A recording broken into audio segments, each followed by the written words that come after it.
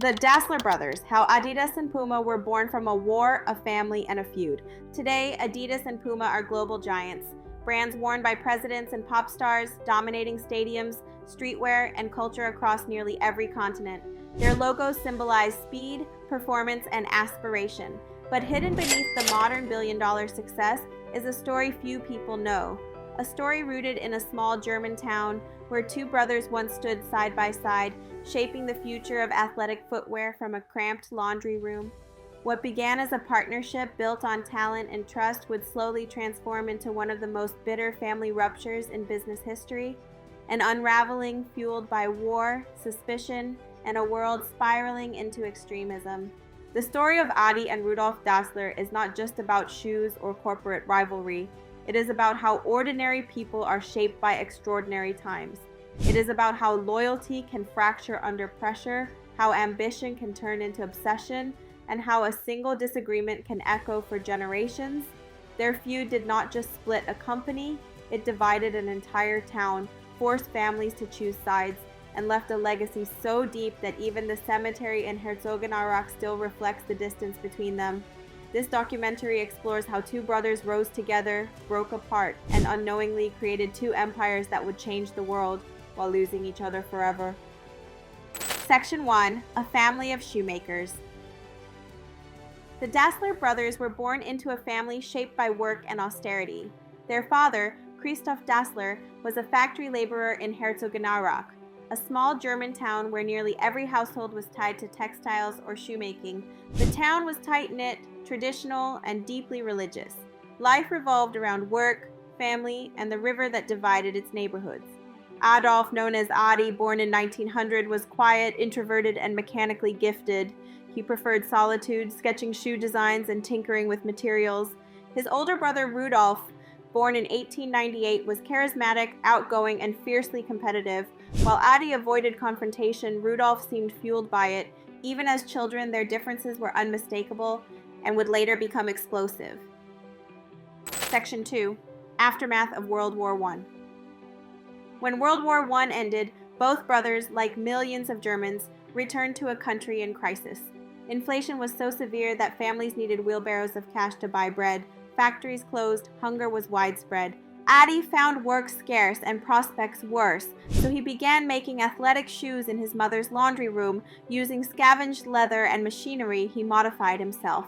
By 1924, Rudolf had returned from various sales jobs, and the brothers struck a deal. Adi would create, Rudolf would sell.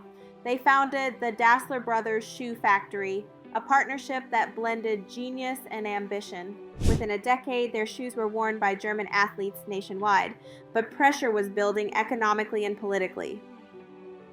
Section 3. The Road to the 1936 Olympics.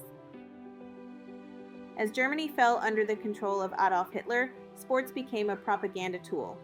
Athletic success was used to promote nationalism and racial ideology. The Dasslers, eager to grow their business, saw opportunity. Despite the rising danger for anyone opposing the regime, the brothers took a bold and risky step in 1936. They approached African-American sprinter Jesse Owens. Owens accepted their handmade spikes and won 4 Olympic gold medals, directly contradicting Nazi racial claims. International demand for Dassler shoes exploded, but inside the factory and inside the family, something else was happening. Resentment, rivalry, and tension neither brother could contain. Section 4. The Nazi Years. Like many businesses in 1930s Germany, the Dassler factory became increasingly intertwined with the regime. Both Adi and Rudolf joined the Nazi Party, as did millions of Germans in a climate where refusal carried social and economic risk. During the war, the factory shifted to producing footwear for soldiers and eventually parts for weapons as the economy was militarized. But beyond politics, the brothers' relationship was deteriorating rapidly. Rudolf accused Adi of being slow, cautious, and overly dependent on family control. Adi believed Rudolf was reckless, loudmouthed, and jeopardizing the company. Their wives worsened the divide. Rudolf's wife, Friedel, resented Adi's influence. Adi's wife, Kata, believed Rudolf wanted full control.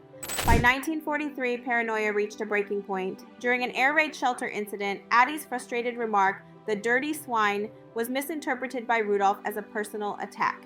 From that moment on, Rudolf believed Adi wanted him gone, and war only deepened the suspicion. Section 5. Arrest, interrogation, and betrayal.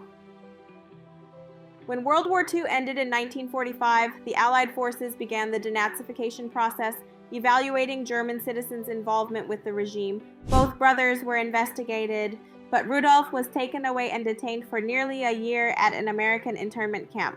Historical records show that Rudolf believed Adi had informed on him, hoping to remove him from the business permanently. There is no proven evidence of this, but the suspicion permanently destroyed their relationship. Adi argued that Rudolf had been the more politically active brother. In the end, a tribunal classified Adi as a Mitläufer, a follower rather than an active participant, allowing him to resume work. Rudolf never forgave him. What had once been business tension was now a personal war. Section 6. The Split and a Divided Town. In 1948, the partnership legally dissolved. The factory, the workers, and even the machines were divided. Adi stayed in the original building and named his company Adidas from Adi and Dassler. Rudolf moved across the river and formed Puma. But the split went far beyond business. Herzogenaurach became known as the town of bent necks. People looked at your shoes before they decided whether to speak to you.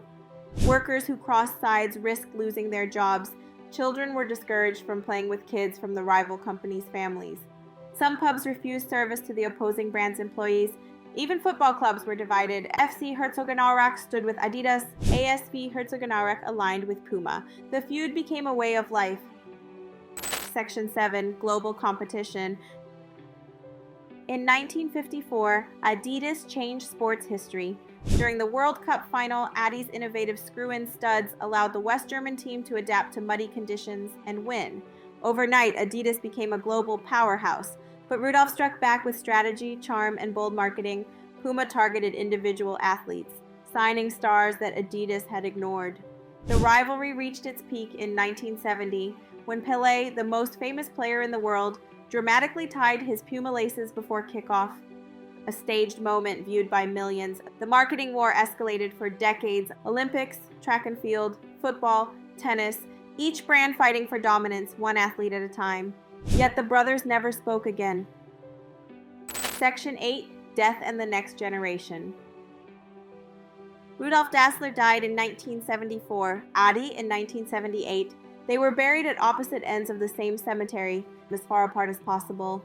But the feud continued through their children. Despite attempts at modernization, both companies struggled by the 1980s and 1990s. Adidas remained family-controlled for too long, losing market share. Puma nearly collapsed financially before restructuring. It wasn't until new leadership and global investment entered both companies that the brand stabilized. By the 2000s, they had transformed into modern corporations, no longer driven by family rivalry, but global strategy. Section 9. Reconciliation and Modern Legacy. In 2009, employees from Adidas and Puma met on a football field for the first time. Not as enemies, but as teammates. It was a symbolic end to more than 60 years of division. Today, both companies openly acknowledge their origins and have distanced themselves completely from the ideologies of their founders. They sponsor global sports programs, diversity initiatives, and anti-racism campaigns, a direct contrast to the period in which they were born. But the legacy remains powerful. Two of the world's most influential brands were created not just by innovation, but by conflict, loyalty, betrayal, and the irreparable fracture of a family. The story of the Dassler brothers reminds us that the past is never just the past. It leaves marks that shape the world long after the people who lived it are gone. Adi and Rudolf began with the same dream in the same house, guided by the same family and the same craft, yet the pressures of war, fear, and ambition transformed that shared beginning into a divide that neither brother could cross again. Their companies became global symbols, but the cost was a silence that lasted decades, a bond broken beyond repair, and a town where people learn to navigate life by choosing sides instead of coming together. Today, Adidas and Puma stand as proof that innovation can rise from conflict, but also that success does not erase the human story beneath it. The factories are modern, the sponsorships are global, and the employees now walk the same streets without looking down at each other's shoes. Yet the legacy of the feud lingers quietly in Herzogenaurach, in the memories of older generations, and in the simple fact that two men who built an empire side by side were laid to rest at opposite ends of the same cemetery. Their rivalry reshaped sports, marketing, and culture, but it also serves as a reminder of how easily pride can become isolation and how a single fracture can widen into a lifetime of distance. As the world watches Adidas and Puma move forward, supporting athletes across every nation, funding programs built on unity rather than division, the lesson of their origins remains powerful. Some rivalries create greatness, but some leave wounds that time alone cannot heal. The Dassler brothers changed history without ever reconciling, and the shadow of their separation still lingers beneath every triumph their brands achieve. Because behind the logos we recognize today lies a story built not only on victory, innovation, and global success, but also on silence, regret, and the irreversible loss of family. Subscribe for more deep dive documentaries. Tell us which hidden history we should uncover next.